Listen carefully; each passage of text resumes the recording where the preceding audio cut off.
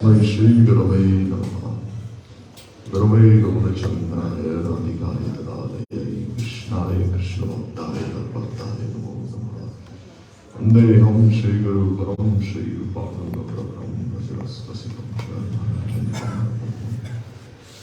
Shri Guru Charanam Vande Raman Visthayo Bhutale Rupadayo Bhaktivedanta Charapam Jai Shri Krishna Chaitanya Prabhu Nityananda Shri Advaita Gadadhar Shivasari Shri Gaur Jai Rup Sanatana Bhatta Raghunatha Shri Jiva Gopal Bhatta Dasa Raghunatha Hare Krishna Krishna Krishna Hare Hare Hare Ram Ram Hare Hare. So first of all I offer my Shastravadana pranams at the lotus feet of our spiritual masters. Nitlai Shri Bhaktivedanta Shri Ryan Goswami Maharaj Shri Gurudev, Nitlai Shri Bhaktivedanta Shri Bhakti Goswami Maharaj Shri Gurudev, the entire Rupanaka Arya Guru Varga, and all the Vaishnavas and Vaishnavis present. So I was sitting in my room, I was waiting for Prabhuji to come, but there was something that he was concerned about the yearly accounting of the temple. That's what I heard from his sevaks. So he'll be finished with it today. So tomorrow he'll be here. So today we'll just read some Pushpanjalis written by Gurudev's godbrothers for him. Because I was thinking what to speak on, then I found the Rays of the Harmonist, 2010. So this was published right after Gurudev entered into Nitya Leela, Aparana Leela. So here, Srila Pavan Goswami Maharaj, Srila Trivikram Goswami Maharaj, they have written beautiful letters in glorification of their beloved Gurudev, of their beloved godbrother. So we'll just read some of these letters that they have written.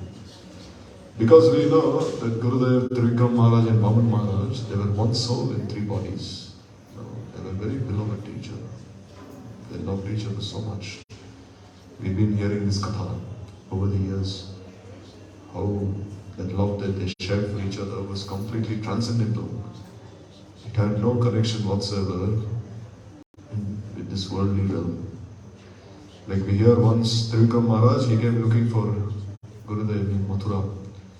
And at that time this Ram Janmabhoomi issue was going on.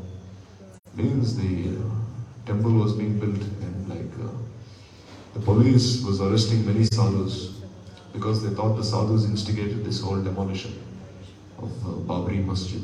So at that time the police, they came looking for Gurudev also. So then Gurudev, because he didn't want to be disturbed in his bhajan, he left Mathura and he came to Vrindavan. So then when Trivikram Maharaj came, he came looking for Guru Maharaj. And then he asked all the brahmacharis, where is Maharaj? Where is he? All of you who are here enjoying nicely in the temple, eating and sleeping, but where is he? And then immediately he sent all the brahmacharis out of the temple. Go look for Maharaj. Wherever he is, only return to the temple once you come back with him. Or else there is no need for any of you to even come back to the temple. He issued a stern warning to the brahmacharis. No, because Trivikram Maharaj was a no-nonsense Vaishnava. No, he wouldn't tolerate any nonsense from anyone, regardless of whoever that person was. So then when he gave that order to all the brahmacharis, and all the brahmacharis ran in fear, looking for Gurudev. Then finally Gurudev, he was here with Tamavrishya Maharaj in Vrindavan. So then when Gurudev was brought back to the temple, then Trivikram Maharaj immediately embraced Gurudev. He started weeping so much. And he said, Maharaj, never leave us again in this way. Don't deprive us of your association. Then we hear that once Trivikram Maharaj, he was very sick. And Pavan Maharaj, he went to see him and he also fell sick. And Gurudev went to see both of them and he also fell sick. And three of them fell sick and they were admitted in the same hospital. Different wards. So this way the love for each other. So many examples are given. The Trivikram Maharaj, once he sent a telegram to Mathura. He said, I'm very sick, I may leave my body any time. And Gurudev, he told his sevaks, let's go immediately to wherever Trivikram Maharaj is. And immediately they booked a flight from Delhi to Calcutta. From Calcutta they came to see Trivikram Maharaj. And then Trivikram Maharaj, he was sitting in the sun and he was chanting on his beads. Maharaj said.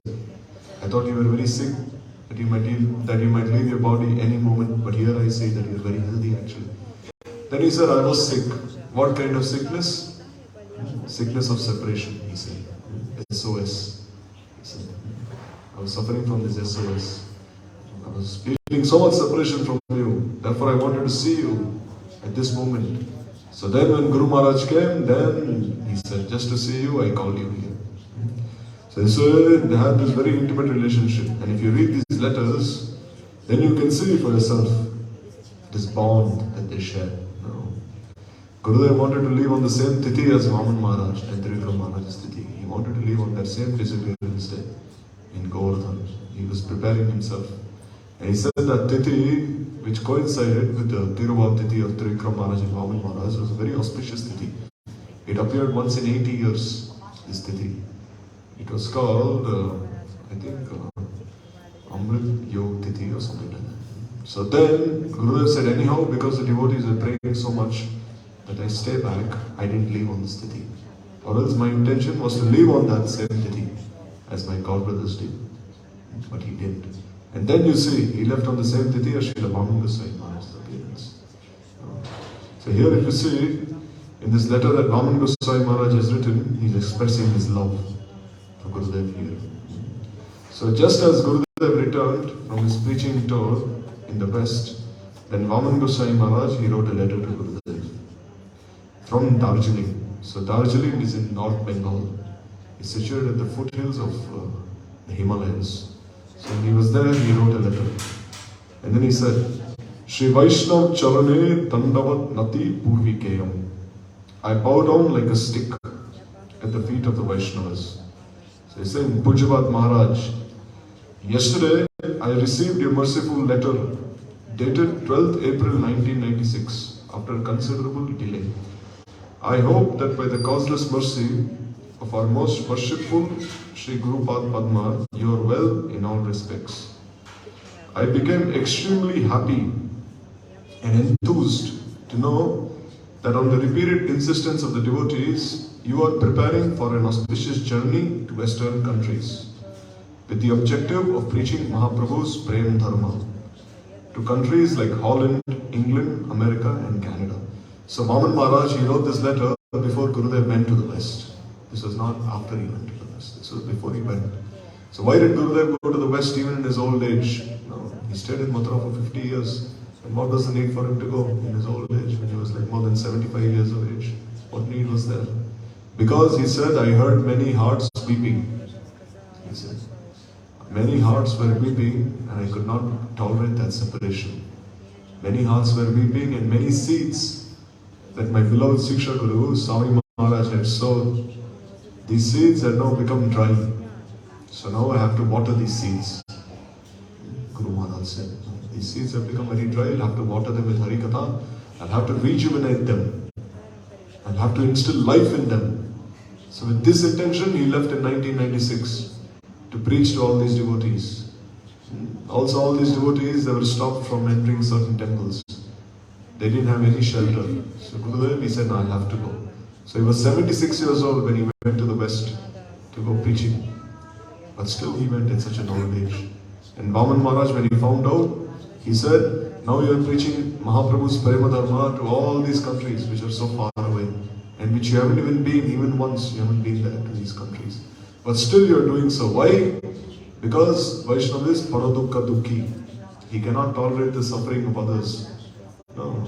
If one person is suffering and you are happy with his suffering, then how are you a Vaishnava in the first place? No. One person is suffering so much and you are thinking, alright, he is suffering because of his karma. Good, let him suffer more, let him suffer more. More and more, let him suffer. And you are clapping hands within your mind. No. Let him suffer, yes. How are you a Vaishnava? You place your hand on your heart and you ask if you are a Vaishnava. No. In the first place. Your heart will melt if he is suffering. And then you'll do something to ease his suffering. Now then you'll do something to increase his suffering. Now you'll go speak to that person. You'll say, oh, why are you suffering? What happened? How can I help you? In which way? Because a Vaishnava, a real Vaishnava, he is Ajat Shatru. Means he has no enemies. Other people, they can think of him as their enemy, but he has no enemy. So here, Gurudev, he heard all these hearts beating in separation from him. From separation from a pure devotee to come and bless them. So then he decided that now I'll have to embark on this preaching tour. So then when Vaman Maharaj received this news from Gurudev, then he was so happy. Now, because we see that all these Vaishnavas, they're all under Anugatya. They're all under guidance. Now, they never act independently. Like before Gurudev went to the West, he wrote letters to his godbrothers. He wrote letters to Vaman Maharaj, Trivikram Maharaj, and he asked for their permission. Because he said, my Guru Maharaj is acting through both of you, he said. Because now that my Guru Maharaj has entered into Aparakat Leela, it's been more than 30 years, I've placed myself under the guidance of both of you, he would say. Both of you are now the representatives of my Guru Maharaj. So therefore, I will never act independently of your desire. Whatever you wish, I'll do. And first he wrote to them. And then they were so happy that Gurudev was going preaching, then they even gave them blessings. They said, we're always with you, as we see in this letter. And even Vaman Maharaj also, he was never independent of his godbrothers. He always depended on them. Like once, the Acharya of Gopinath Gaudiya Math, Bhaktivedanta Bodhayan Maharaj, the disciple of Bhakti Pramod Puri Goswami Maharaj, he came to meet Vaman Goswami Maharaj. And he said, like we have a meeting, this WVA, this World Vaishnava Association meeting. So many sannyasis from many different Gaudiya Maths temples, they're going to be here. And can you please also come to that meeting, grace that meeting, because you're a very senior Vaishnava. And we'll be very happy if you can come there. And you'll be like the president of that meeting, the Sabhavati. So Bodhayan Maharaj, he told this to Vaman Goswami Maharaj. Then Vaman Maharaj, he heard what he had to say. Then he said, you see, I cannot come to that meeting independently, he said. First, I'll have to ask my god brothers. And once they've given me permission, then I can come to that meeting. Or else if they don't give me permission, then I cannot come, he said.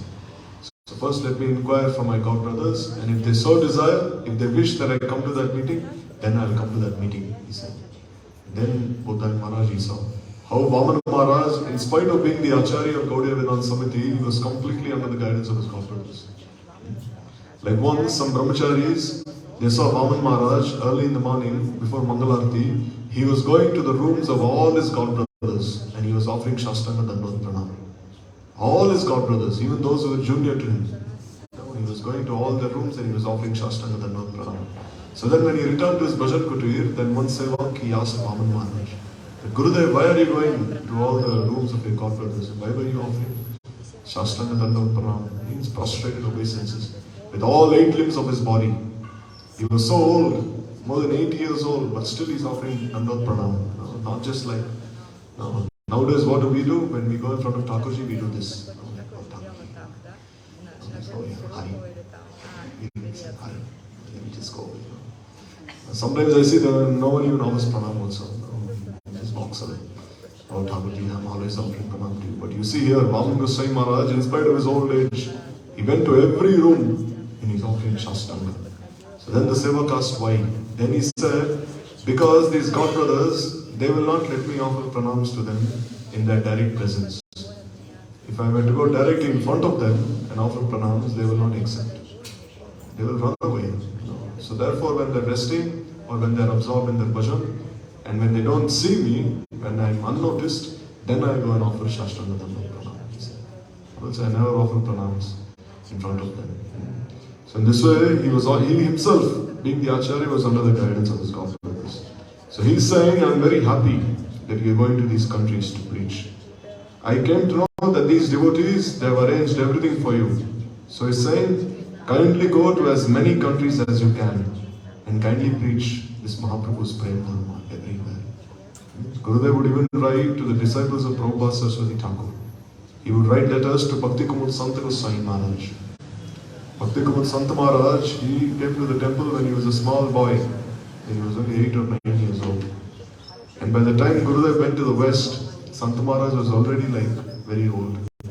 So then, when he received these letters, then Sant Maharaj was so happy. He said, Maharaj, since many days now I've been bedridden. I slipped and I fell in the bathroom. I broke my back. I can't even move. Now I'm just lying down on the bed. Now, what can I possibly do? He said. But still, upon receiving these letters of yours, I'm so happy, he said. Although I cannot move my body and although I'm just lying down in one place, still when I receive these letters from you, when I read these letters, I become so happy.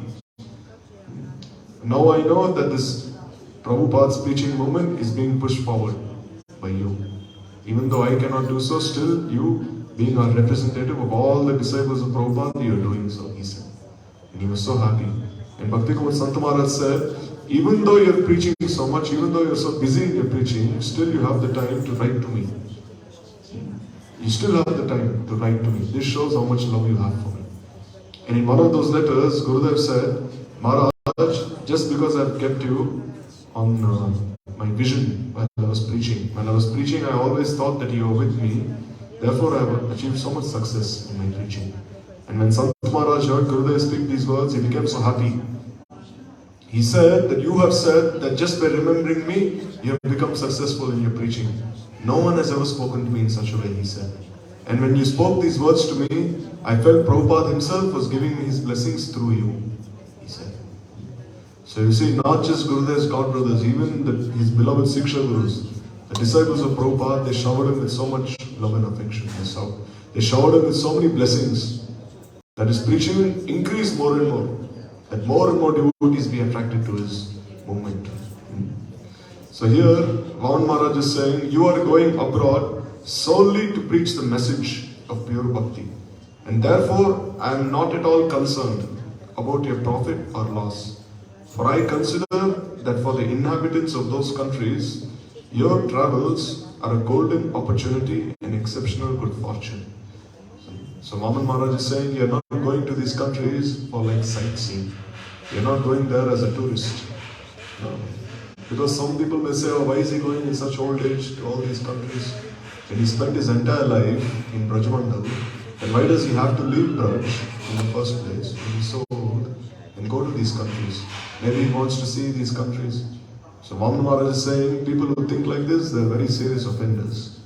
They're grave offenders. What have they possibly understood about this quality of being a Vaishnava in the first place?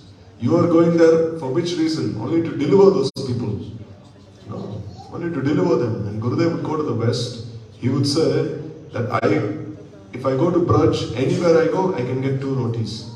I can get some rice. I can get some dal. For these 2 rotis and rice, do I have to come to your countries? There is no need for me to come to your country for 2 rotis and some dal. I can get that in any village of Braj. Why did I come here? Only to help all of you. No. So one should not think that he only went there so that he could see some nice things there here and there. No. Like we see once Gurudev, he went to the ocean. And then he said some devotees, they arranged like one boat for him to take him to the middle of the ocean to see some whales. Like these huge whales, they were like going up and down. So then Gurudev, he went there. So then one devotee, he commented. He said, why is Maharaj going there in the first place now? To see all those whales. Is it there in any of the 64 limbs of Bhakti? As Rupa Goswami mentioned, we'll have to go see these whales. So he said that, this devotee, he passed that comment. He thought himself very great Vaishnava, he was thinking. So then they asked Gurudev that this person is passing comments like this. So then Gurudev, he said, why did I go there? Because these whales, they're called timingil in Sanskrit. They're called the timingil fish. So Gurudev said, when I saw these whales, they gave so much uddipan for me. Uddipan means what? Uddipan means a stimulus. What did these whales remind Gurudev of? They reminded me of the separation that the gopis felt. Because the gopis, in one verse, they have said that when we are separated from Krishna, then the separation from Krishna is like this huge whale. It's like this huge timingil fish, which is devouring us at every moment. We are dying a slow death at every moment in this separation. Every moment this timingil is coming and eating us, swallowing us. This timingil of separation. So Gurudev, he told the devotees that when I'm seeing this timingil fish, I'm being reminded of the separation of the gopis. How they're feeling such intense pangs of separation. So this was Gurudev's bhav. And you see the other devotees' bhav. What was his bhav? Like when Gurudev would go to any of these countries and when he'd see huge trees, like he went to one place and they told Gurudev, oh Gurudev, this tree is like 3,000 years old, 4,000 years old, so many things. And Gurudev, he looked at these trees. And then he said, all right. He said, but you know what these trees remind me of? These trees remind me how the Goswamis, they would sleep under every different tree in Braj, and how they'd be reminded of all the pastimes that took place underneath every different tree. Rupa and Sanatan, they'd rest beneath one tree and they'd be meditating on all the different leelas that took place in Braj. Because these trees, they bore witness to every pastime of Radha and Krishna. They're not just some ordinary trees. These trees are liberated souls who have taken birth as trees in Braj Mandal. Why? To have darshan of Radha and Krishna's leela. So therefore, when I see these trees, I'm reminded how our Goswamis are going to all the different forests of Braj. 12 forests, vans, upavans, and how they're resting beneath these trees and praying to Radha and Krishna. They made these pastimes up there in my heart. And when he'd go to any river, he'd think it was the Yamuna. When he'd see any mountain, he'd think it was Giriraj. So this is the vision of a pure devotee. And this vision is misunderstood by many people. So therefore, Vaman Maharaj is saying that in spite of your old age, you are going there to all these countries. So may the causeless and auspicious blessings of Sri Guru Gauranga, Radha Vinod Bihari, Nrsingadev, and Giriraj Govardhan especially be showered upon you. By your preaching of their message, their manobhishta will certainly be protected. This is indeed my firm belief. At an elderly age, your enthusiasm and patience to preach the message of Mahaprabhu in the West is undoubtedly true bravery. May you be victorious along with your associates in this way. And in the next letter, he's saying, O Dinavatsal, O you who are affectionately disposed to the fallen. Because especially you see in the West, people, they're very much deprived of Vedic culture. There's so many things they don't understand in the West. Like you see in the West, men and women, they're freely mixing with each other. They're doing many things like that. But in India, you don't see that. But now in India also you're seeing that. Man and woman, they're freely mixing with each other. But before it was great taboo in India. In India, sometimes if Swami Maharaj, you will see some of his Grihastha disciples holding hands. Like any husband and wife, they'll be holding hands and walking down the street. And Swami Maharaj will tell them, don't do that. Because in India, even we are not supposed to hold hands, husband and wife, in front of anyone. You're supposed to maintain certain distance. So, he would tell his Grihastha disciples that you maintain certain distance and follow social etiquette. But in the West, you see, there's no such rules and regulations. They're freely mixing with each other. They're doing many things. They're naked. They're doing many things there. So therefore, Vaman Maharaj is saying that your heart is always thinking about such fallen souls. And therefore you're going there. So my heartily welcome upon your return to your own nation after extensively preaching the message of Mahaprabhu in all the prominent countries. Your preaching travels are in every way distinct from the leisure travels of ordinary people. Mahante Swabhavai Tarite Pamar Nija Karya Nahi Tabu Jar Baraghar. The magnanimous nature of the saintly persons is that they always deliver the fallen souls.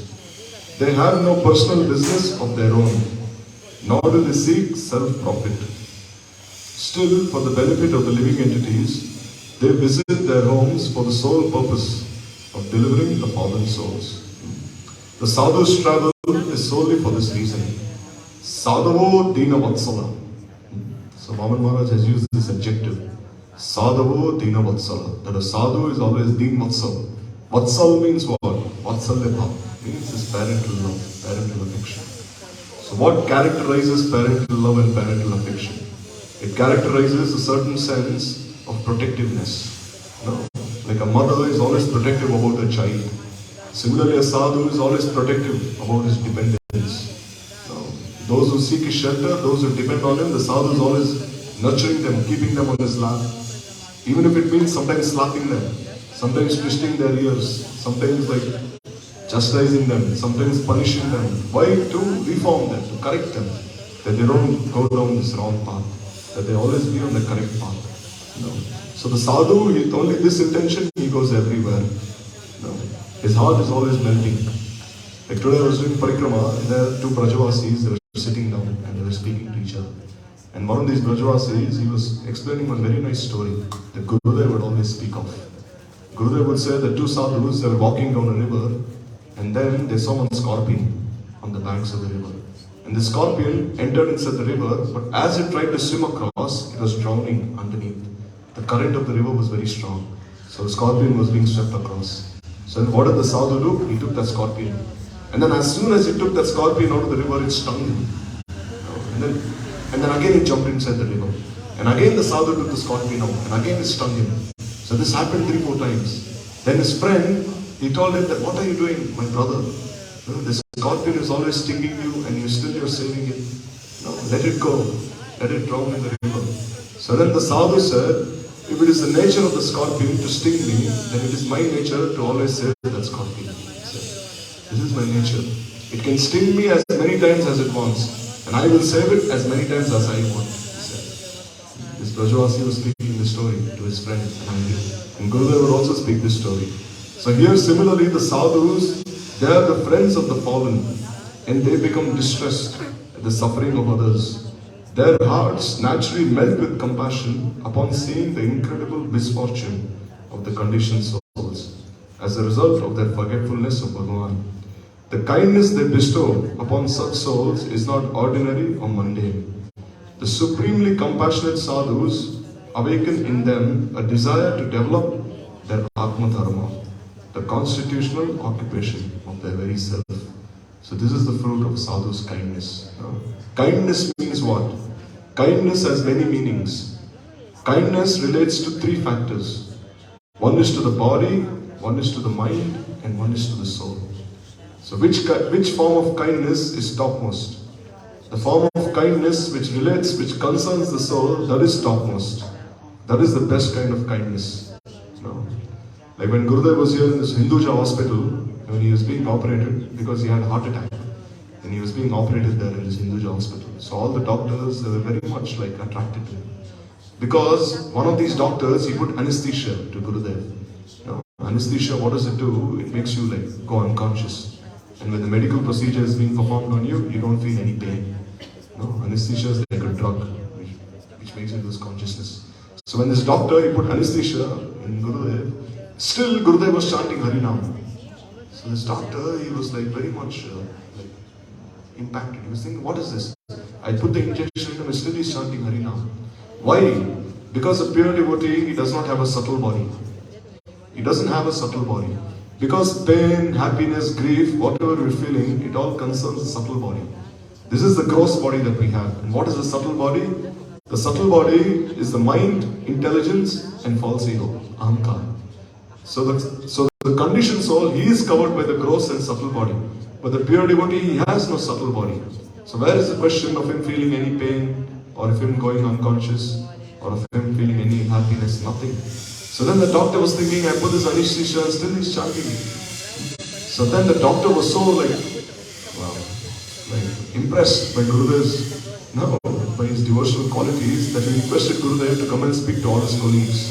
This doctor even became his disciple. So he said, Maharaj, kindly come and speak to all my colleagues. He speaks some Harikatha to them.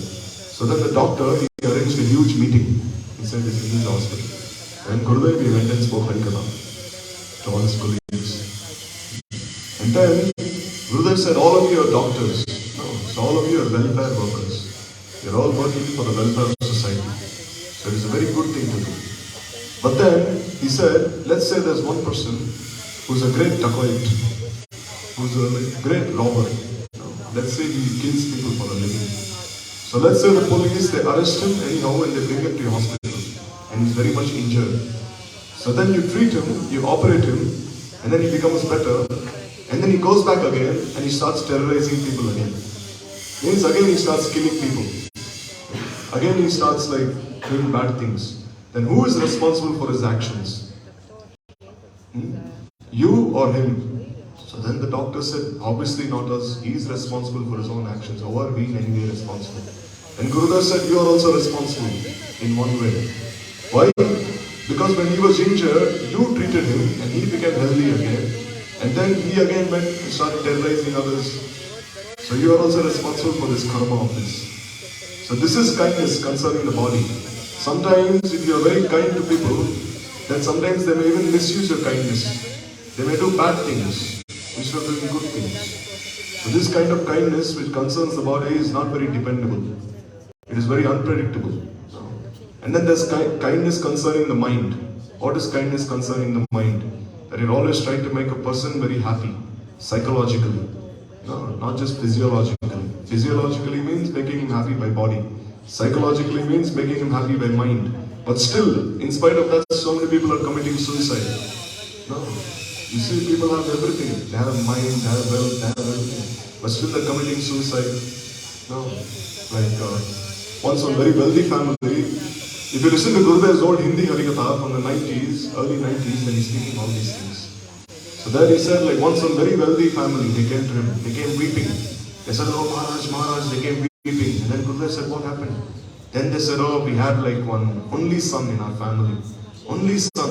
He was like 22, 23 years old. He committed suicide. Gurudev said, why? Why did he commit suicide? Oh, he had fallen in love with some Western girl. And like we told him not to marry her. She's from another culture, he's from another culture. So because we refused that he should marry her, he committed suicide. And they were weeping at Gurudev, now we lost him, what to do. So then Gurudev said, just see, they had so much wealth. They were millionaires. They had millions of dollars, millions of rupees. But still see, could that millions of rupees save that boy who committed suicide? So sometimes even kindness concerning the mind is not so helpful. But kindness concerning the soul, that is most helpful. That is indeed the best welfare work that any person can do. How is that? By awakening the desire in them to perform Krishna Bhakti. If you help any person in any regard, in any way whatsoever, if you help him progress on this path of Krishna Bhakti, then that is the best form of kindness. In fact, the fruit of that kindness will be seen not just in this one life. It will be seen life after life until he achieves perfection. That kind of kindness. No, like let's say you invite a person to the temple. You say, oh Prabhu, please come to the temple. You have darshan of the deities. You bring him to the temple. Or then you give him some Mahaprasad. And then you introduce him to some devotees. And then like in this way all these devotees are interacting with him. And then he becomes inspired to come to the temple more often. And he's thinking, I'll come more often and associate with the devotees more and more, more and more. And then eventually he becomes a devotee. And then even if he falls away from the path of bhakti, sometimes you see this happens. They stay for some time and they eventually leave. But still you see those impressions that he has got from associating with the devotee, even for like a short time, let's say even a couple of days, those impressions will never leave him. And again he will begin from where he left off. Again in his next life, again he will associate with devotees. And again he will start from there. And even if he falls from there, then again he will continue. The only criteria is that he should not commit any Vaishnava aparadha, any offenses to the Vaishnavas. If he is free of this Vaishnava aparadha, then eventually he will be perfect in his sadhana. So this is the best form of kindness that you can show. So therefore, Vaman Goswami Maharaj is telling, he's speaking here, he's telling Gurudev that you are going to the West. Why? To shower people with such form of selfless compassion, selfless kindness. So our unlimited gratefulness is to you. For the purpose of fulfilling the innermost heart's desire of Bhakti Pragyan Keshav Goswami Maharaj, you, not caring for your own happiness or distress, took a vow to preach the message of Sri Chaitanya Mahaprabhu. No, why? Because Gurudev had already suffered 2 heart attacks by then. One was in 1993 and one was like maybe in 1970 or 72. If you read some of these letters that Gurudev wrote to Uma Mataji, then you see that he said that I was suffering so much because of this ailment. Therefore, I'm taking some time to recover. But still, you see the suffering that a pure devotee experiences only so-called. When he suffers, what does he do? He's actually giving an opportunity for everyone to come and serve him. No, he's actually giving them an opportunity to remember him, to serve him, and to develop this mamata for him, this sense of mindness for him. It is only with this intention that the pure devotee performs his sickness pastime, illness pastime. Or else don't think that he's suffering because of his karma. No. Don't think like this. Even when Gurudev was sick, so many people had so many doubts. They were saying, oh, if he's a pure devotee, then how come he had like this illness, that illness? How is this possible? No, don't have such doubts. It is only with this intention that you see Narottam Thakur, even when he fell sick, people were criticizing him. They were saying, just because he was giving initiation to people who are not Brahmins, and because he himself is not a Brahmin, he has fallen so sick, he has become paralyzed. And when the Sevaks of Narottam Thakur heard them speak this way, they were so pained in heart. They think, what are people saying?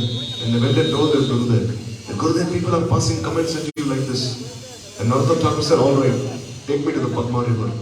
And they took Narottam Thakur on the shoulders and he said, now put me down there. And they laid him down very gently in the Padma river. And as soon as they laid him down, then immediately Narottam Thakur, he raised his two hands high up in the air. And he started dancing, he started doing Sankirtan. And then everyone who committed this offense, they were so much ashamed in their heart, thinking we ever doubted him in the first place. No? So this is when a pure devotee falls sick, he's actually giving you the opportunity to serve him. Or else if you don't serve him, you'll be cheated. Like you see, Madhavendra Puri, he had two sevaks, Ishwar Puri and Ramchandra Puri. And when Madhavendra Puri was very sick, Ramchandra Puri, what did he do? He started instructing his own Gurudev. He started saying, oh Gurudev, think about this, think about that, don't cry like this. Madhavendra Puri became so angry at him. But what did Ishwar Puri do? Ishwar Puri, he would recite so many stutis. And he would cleanse, he would clean his Gurudev, he would dress him, he would bathe him.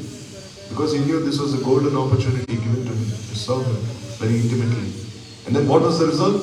Because of his Guru Maharaj's blessings, he became the spiritual master of Sri Chaitanya Mahaprabhu himself, of Bhagavan himself.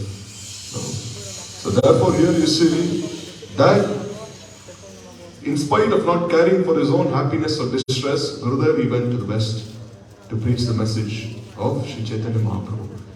Our unlimited gratefulness is to you. Shri Gaur Sundar has said, Jagat Vyapya Mor Habe Punya Khyati, Sukhi Hoya Lokamor Gai Veka Kirti. My virtuous glories will pervade the entire world. With untold satisfaction, people will sing of my fame. So here Vaman Maharaj is telling Gurudev that you are actually fulfilling the prophecy that Sri Chaitanya Mahaprabhu has made. And what is that prophecy? Prithvite Ache Joto Nagaradi Gram Sarvatta Prachar Hoive Morna. Mahaprabhu said, as many towns and villages are in this world, everywhere my holy name will be preached. This is Mahaprabhu's prediction. No, and this will surely come to pass. If Mahaprabhu himself has spoken these words, is there any doubt that this will happen? Surely it will happen. It's only a matter of time, sooner or later. And you see here, Mahaprabhu's own followers are fulfilling this prediction of Mahaprabhu. So similarly, Vaman Goswami Maharaj is also telling Gurudev that with this intention of fulfilling Mahaprabhu's prophecy, you are also going and traveling to the West. So Gaur Sundar, he transmitted both his inspiration and ability into the hearts of his Anugat devotees, his followers. Otherwise, without surmounting the obstacle of old age, and with a bodily condition that is not stable, it would have been entirely impossible for you to preach the message of Mahaprabhu's Prem Dharma. So Vaman Maharaj is saying that in spite of you being so old, still you are preaching with so much vigor, with so much enthusiasm, with so much force. Why? Because Mahaprabhu has transmitted his Shakti inside you. He has given you this Shakti, he has given you this force. And who can stop this force? No. Who can stop the flow of a river? Similarly, your preaching is like this flow of a river. No one can stop it. So, Vaikuntha Varta Vahaka. O messenger, bearing the news of Vaikuntha. Because you see, Prabhupada, he said any of his preachers who go preaching here and there, they are called Vaikuntha Varta. Vaikuntha Varta Vahak. Means that the carriers of this message of Vaikuntha. Because Prabhupada, he would say, there is the Briyat Mridanga and there is the Jivanta Mridanga. So the Briyat Mridanga means his books, his publications. He'd say when these books and publications are being distributed everywhere, then the Mridanga is being sounded. Now, what is the Mridanga? Mridanga means is an instrument used for Kirtan. This is the meaning of Mridanga. So these books are like that, like Mridangas. Now they're like transmitting the sound of Gaur Katha, Gaur Vani, Gaur Kirtan. Similarly, he said his preachers, they're Jivanta Mridangas. Means they're living Mridangas. What do? By their Harikatha, by their Sangha, by their association, and by their Harikirtan, they are giving life to everyone they see. No, they are giving life to everyone they see and everyone they meet. Like the other day we were discussing, how does a pure devotee empower people? He empowers people in three ways. How? By his words, watching. Means wherever he goes, he speaks Harikatha, he does Kirtan, and by that people, they are so much energized. No. Life is given to them. And then there is this Alom Dan. Alom Dan means by his glance. A pure devotee, wherever he looks, is filling that entire place with auspiciousness just by his glance.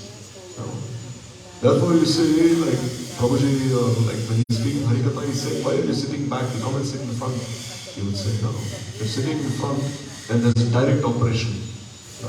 Directly he's looking at you, his glance is falling on you, and he's removing all these anarthas from you. But you're hiding somewhere behind, in the back somewhere, then how are you getting his glance? How is that mercy being transparent to you? You're getting something, but still if you're directly there in front, then you're getting so much more. There was a reason, like Maharaj, he knows that the disciples of Gauragovind Maharaj, they would sit in front of him. Because those who would sit in front of him, direct operation, right there, right then. So similarly here also, by his glance, the pure devotee is empowering everyone. And then he inspires everyone as Chaitya Guru. Because we see a pure devotee is not different from the super soul. In the sense, Sakshat Dharitvena means all the qualities of Sri Hari that transfer into the heart of the pure devotee. So therefore, the pure devotee as the omniscient super soul, he inspires everyone to follow the path of Bhakti. So he acts in these three ways. By his glance, by inspiring everyone in their hearts, and by his words. So similarly here, Vaman Maharaj is also glorifying Gurudev in this way. That you are the messenger bearing the news of Vaikuntha. So all the associates and followers of Sri Keshav Goswami Maharaj are extremely joyful by your resolve in preaching of the non-deceptive Gaur Saraswat message without the slightest alteration. So, O conqueror of the east and west, by inundating and nourishing the whole world with a flood of prem, Sri Gaurchandra, the maintainer of the entire universe, has personally empowered you. And by following his order, you have conquered the eastern and western countries. So here, Vaman Maharaj is saying, because Mahaprabhu has empowered you, you have conquered all the countries that you've come across. In the past, many people from India crossed the great ocean with the doctrines of karma and jnana. There, they dutifully performed their religious activities for the purpose of enjoying the fruits. They proclaimed that one can attain eternal bliss through the performance of karma. Yet this is only cheating. Like we know, Vivekananda, he went to the West in 1896 or 1895. When he went to the West, he spoke in the World Religious Parliament. Even though all Indians are so proud of Vivekananda, even though when they speak of Vivekananda, they become so emotional, they become so sentimental. They have tears in their eyes, especially Bengalis, even like Bengali brahmacharis. If you speak anything bad about Vivekananda, they become very upset. So don't say anything bad about him. They are very sentimental about him. Because he was the first one to go to the West and preach everywhere. But still, what did he give Vivekananda? What did he give? Nothing so much so special that we can meditate on. He gave some general things according to time, place, circumstance. But then we see when the disciples of Prabhupada went, and when his grand disciples went, then they showed everyone what true Sanatana Dharma is, what true Vedic culture is, what Vedic Dharma is. They have shown the real path. So similarly here, Vaman Maharaj is saying the same thing, that when you went to the West, you did not show the path of karma or jnana. Because we see karma concerns the physical body and jnana concerns the subtle body and bhakti concerns the spiritual soul. It concerns the spirit soul itself directly. So therefore you went there and you taught this path of pure bhakti. The living entities are eternal servitors of Sri Bhagavan. And he is the eternal object of their service. This platform of causeless service encompasses the fifth and final goal of human life, Krishna Prema. So today I was just reading one article in the Bhagavad Patrika. There, Param Gurudev, he was speaking in one place called Pichalda. So Pichalda is one place in Bengal. There Mahaprabhu had visited this place. So then a very nice temple had been constructed there on Gaudiya Math. So Param Gurudev, he was speaking in that place. So there Param Gurudev said, what is the speciality of Sanatana Dharma? When you compare that to other religions. Because you see, other religions, including Christianity and Islam, they deny the personal existence of God. In spite of the personal existence of God being clearly stated in their scriptures, still they deny his personal form. And then Param Gurudev, he got it from the Bible. In the Bible, it has been said, God has created man after his own image. But then he said, still the Christians, they accuse the Hindus, the followers of Sanatana Dharma, to be idolaters. Means they think the Hindus are worshipping idols. What is an idol? Idol means it's a sculpture. Means something that you made out of your own speculation. There's a difference between an idol and a deity. So here the Christians, not knowing the difference between an idol and a deity, a vigraha.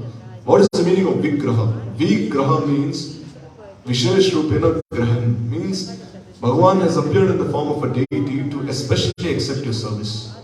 That is his causeless mercy. That he is standing there and he is accepting everything you are doing out of his causeless mercy. This is called vigraha. But still in Christianity, although it has been said that God has created man after his own image, still they deny the personal form of God.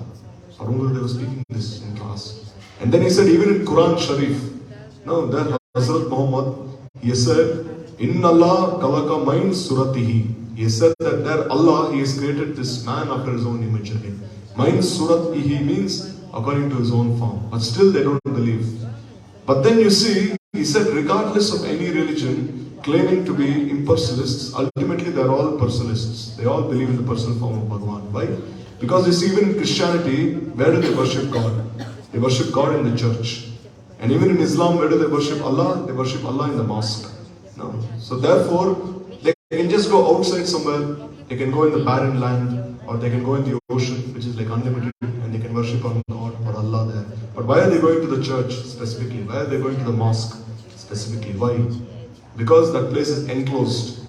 And what does an enclosed structure mean? It means a personal form of God. No, because Christians, they worship the cross. No, the cross on which Jesus was crucified. They worship that cross. And what does the cross signify?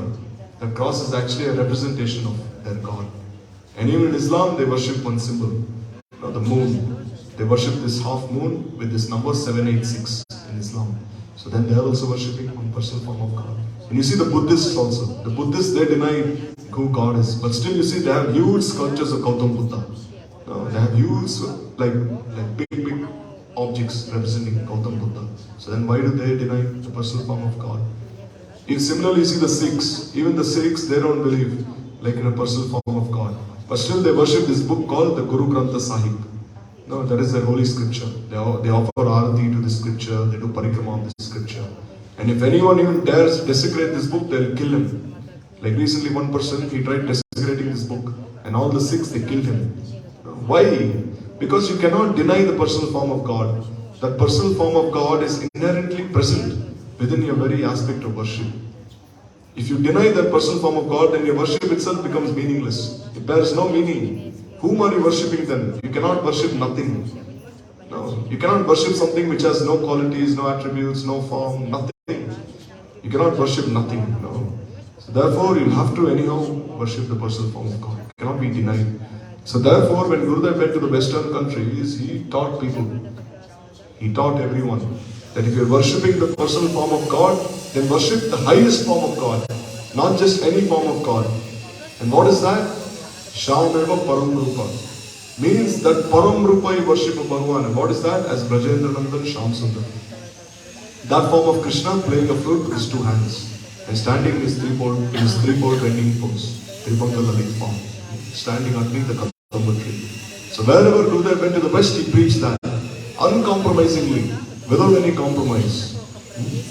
So therefore, you have conquered the native persons of those countries by shining upon them a new light containing that very message of Prem Prayojan.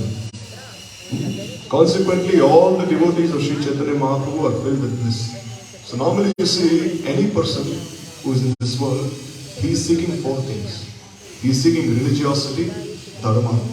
He is seeking mundane prosperity, wealth, artha. He is seeking gratification of his senses, calm. And then ultimately when he becomes very frustrated, he is seeking liberation, moksha. Every person in this world is classified in these four categories. There is no escaping these four categories.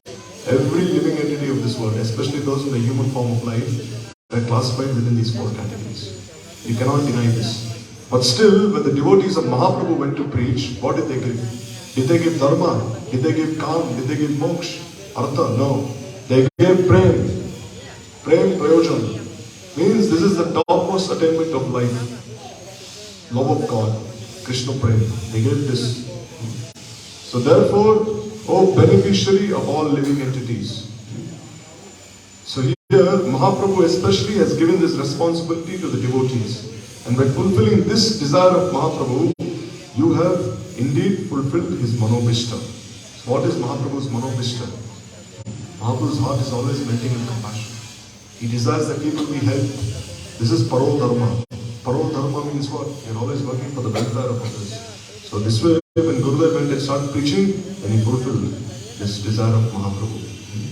So, O best of those who preach Amnai Vani, the immaculate instructions received through the succession of bona fide Gurus. So according to the statement, Sarva Kalam Idam Brahma, everything belongs to Brahma, every being in the universe and everything within the universe are servants of Bhagavan and instruments to be used in service to him. Therefore, what have you done? You have made everyone realize their constitutional nature.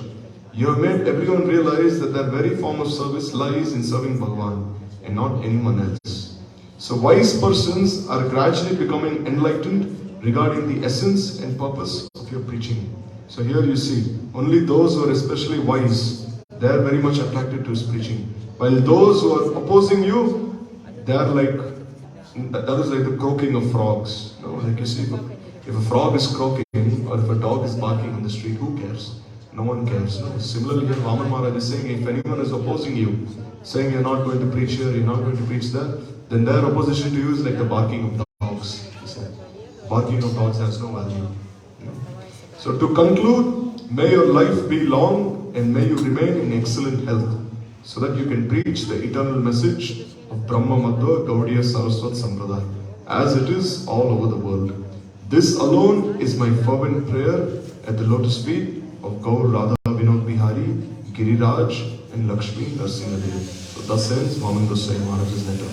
So see here, he's saying my sole prayer at the lotus feet of Radha and Krishna, Sri Chaitanya Mahaprabhu, Narasimhadev and Giriraj is what? That you live a long life and that you continue with your preaching. So see how selfless he is. He could have prayed for his own self, Vaman Maharaj, that may I live long, may I continue preaching, fulfilling the desire of my Guru Maharaj. He said no. My sole prayer at the lotus feet of Radha and Krishna is that you live long, is that you continue preaching, is that you continue fulfilling the innermost heart's desire of our Guru Maharaj. No, this is Vaishnava. They only live for the sake of others. They don't live for the sake of their own service. And this, you see, is epitomized by these great Gaudiya Vaishnavas now. So just by even remembering their names, or to speak of their glories, one is so much purified. Therefore, as soon as we wake up in the morning, every time of the day, we remember these great Vaishnavas. We remember them for who they are, what they've given to this world, what they've contributed to this world.